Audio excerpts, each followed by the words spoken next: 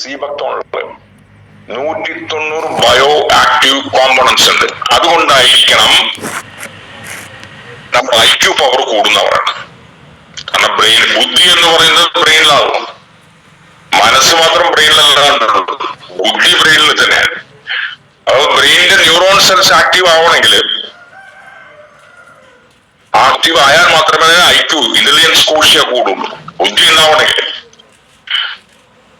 അപ്പൊ അത് വളരെയധികം കണക്ട് ചെയ്തിട്ടാണ് ഈ ബ്രെയിനായിട്ട്, ഫസ്റ്റ് ബ്രെയിനും സെക്കൻഡ് ബ്രെയിനായിട്ട് കണക്ട് ചെയ്തിട്ടുള്ളതാണ്. അതുകൊണ്ട് അതിന്റെ ഒപ്പം ഈ നമ്മുടെ സീബക്തോണും കൂടി കഴിച്ചു കഴിഞ്ഞാൽ, അതുകൊണ്ടായിരിക്കും നമ്മുടെ ബഹുമാനപ്പെട്ട പ്രധാനമന്ത്രി ഖരഗ്പൂർ IIT സ്റ്റുഡൻസിനെ അഭിസംബോധന ചെയ്ത് സംസാരിക്കുമ്പോൾ പറഞ്ഞത്, നിങ്ങൾ to increase your IQ power you have to consume this sea buckthorn എന്ന് അദ്ദേഹം പറഞ്ഞിട്ടുണ്ടെങ്കിൽ അദ്ദേഹം അറിയാനിത് പറയില്ലല്ലോ. അപ്പൊ അത്തരത്തിലുള്ള പ്രോഡക്റ്റ് നമ്മൾ മാർക്കറ്റ് ചെയ്യുന്നതെന്ന് നമ്മൾ അറിയാം. ഇത്രയും പവർഫുൾ ആയിട്ടുള്ള ഒരു പ്രോഡക്റ്റ് ആണ് ഞാൻ ഈ പറഞ്ഞ 3 product. Combiotics is very good for gut ബാക്ടീരിയക്ക് ഏറ്റവും നല്ലതാണ്.